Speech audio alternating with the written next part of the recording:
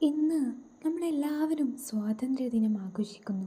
പക്ഷേ ഒരു ചോദ്യം, ഈ സ്വാതന്ത്ര്യം എത്ര വില കൊടുത്താണ് കിട്ടിയത് എന്ന് നമ്മൾ ഒരിക്കലെങ്കിലും ചിന്തിച്ചിട്ടുണ്ടോ? നമ്മൾ ഇന്ന് രാവിലെ കണ്ണു തുറക്കുമ്പോൾ ഭയമില്ലാതെ സംസാരിക്കാൻ കഴിയുന്നു.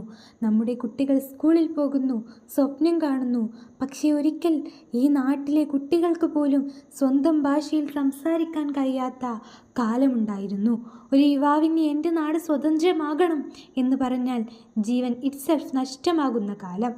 സ്വാതന്ത്ര്യം നമ്മൾ പിറന്നപ്പോൾ കിട്ടിയ ഒരു ഗിഫ്റ്റല്ല, അത് ആയിരക്കണക്കിന് രക്തബിന്ദുക്കൾ കൊണ്ട് എഴുതപ്പെട്ട ഒരു ചരിത്രമാണ്.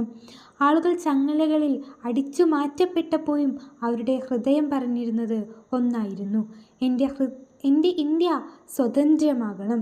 ഒരു അമ്മ തൻ്റെ മകനെ യുദ്ധത്തിനയച്ചു.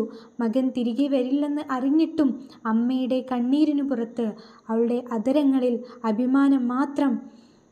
കാരണം അവൾ അറിഞ്ഞിരുന്നു, ഒരു ജീവൻ പോയാൽ ലക്ഷങ്ങളുടെ ജീവൻ സ്വതന്ത്രമാകും. ഇന്ന് നമ്മൾ ഈ പതാക ഉയർത്തുമ്പോൾ അത് വെറും തുണിയല്ല, അത് നമ്മുടെ രക്തം, കണ്ണീർ, സ്വപ്നങ്ങൾ, ത്യാഗങ്ങൾ എല്ലാം ചേർന്ന ഒരു ജീവിക്കുന്ന ചിഹ്നമാണ്. നമ്മുടെ കടമ വെറും ഓഗസ്റ്റ് 15 ആഘോഷിക്കുക മാത്രമല്ല, ഈ സ്വാതന്ത്ര്യത്തെ സംരക്ഷിക്കുക, സ്നേഹിക്കുക, പുതിയ തലമുറക്ക് കൈമാറുക എന്നതാണ്.